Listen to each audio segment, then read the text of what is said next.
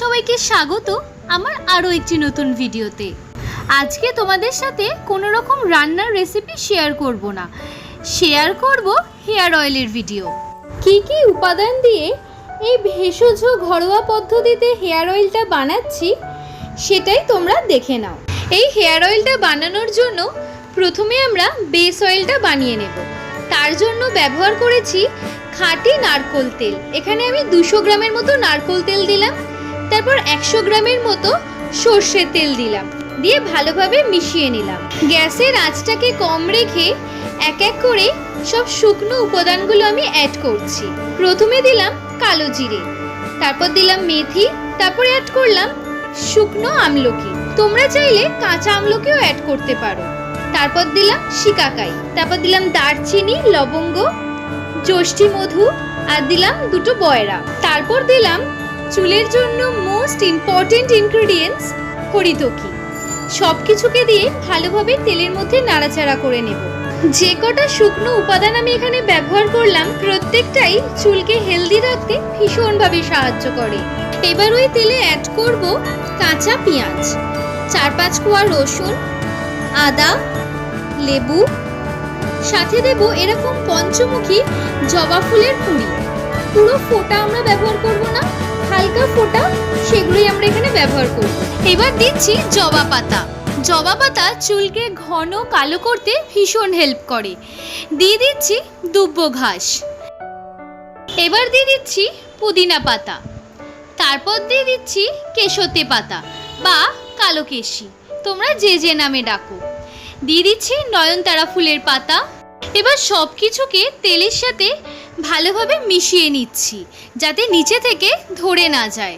সব কিছু ভালোভাবে মিশে গেলে অ্যাড করব মোস্ট ডিমান্ডিং ইনগ্রেডিয়েন্টস কারি পাতা, তারপর তুলসী পাতা, আর সিক্রেট থিংস পান পাতা, যা চুলকে কালো রাখতে ভীষণভাবে হেল্প করে। তার সাথে অ্যাড করলাম তিসি, কাঁচা হলুদ আর গাঁদা ফুল। সব কিছুকে ভালোভাবে মিশিয়ে নিচ্ছি। তারপর অ্যাড করছি অ্যালোভেরা। অ্যালোভেরাটা দিয়ে ভালো করে খুন্তি বা ভারী কিছু দিয়ে একটু থেতো করে নিতে হবে যাতে অ্যালোভেরার রসটা তেলের মধ্যে ভালোভাবে মিশে যায়। তেলটাকে একদম ধিমে আছে ভালোভাবে 1 থেকে 1.5 ঘন্টার মতো ফুটিয়ে নেব যাতে সমস্ত উপাদানের নির্যাস তেলের সাথে ভালোভাবে মিশে যায়।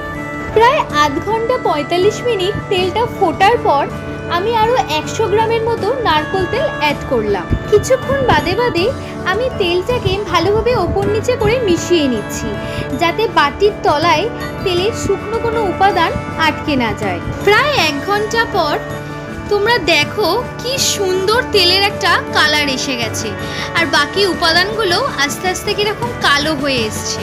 তবে তেলের সাইডে যে এরকম ফেনা ফেনাগুলো রয়েছে এইগুলো যখন একদম প্লেন হয়ে যাবে তখন তোমরা বুঝবে তেলটা পুরোপুরিভাবে রেডি হয়ে গেছে।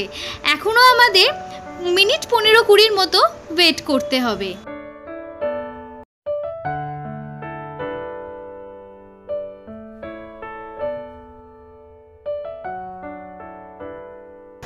আমার হোমমেড ভেষজ হেয়ার অয়েল একদম রেডি হয়ে গেছে। এবার একটু হাত সওয়া ঠান্ডা হলে গরম গরম ছেঁকে নিতে হবে। ঠান্ডা হয়ে গেলে এই উপাদানগুলো থেকে তেলটা আলাদা করা ভীষণ মুশকিল হয়ে যায়। তাই তোমাদেরকে বলবো গরম থাকা অবস্থাতেই তেলটাকে একটা ছাঁকনির মাধ্যমে ছেঁকে নাও। এই কাজটায় বরাবরই আমার মা আমাকে হেল্প করে দেয়, কারণ এই কাজ করা আমার কম্য নয়। ছাঁকনির মধ্যেকার সমস্ত উপাদানগুলোকে ভালোভাবে খুন্তি দিয়ে চেপে চেপে সমস্ত তেল বার করে নিতে হবে। হালকা একটু ঠান্ডা হলে হাত দিয়ে তোমরা এই উপাদানগুলোকে চিপে চিপেও সমস্ত তেল বার করে নিতে পারো। একদম শুকনো খটখটে করে সমস্ত তেল তোমাদেরকেই বার করে নিতে হবে। খুব ভালো রেজাল্ট পাওয়ার জন্য তোমরা প্রতিদিন রাত্রিবেলা শোবার আগে মাথায় ভালোভাবে তেলটা মালিশ করে শুয়ে পড়বে। পরের দিন সকালবেলা উঠে শ্যাম্পু করে নেবে, দারুণ রেজাল্ট পাবে। আমার ভিডিও যদি তোমাদের ভালো লেগে থাকে তাহলে অবশ্যই চ্যানেলটা সাবস্ক্রাইব করে নিও আর পাশে থাকা বেল আইকনটা অন করে রেখো।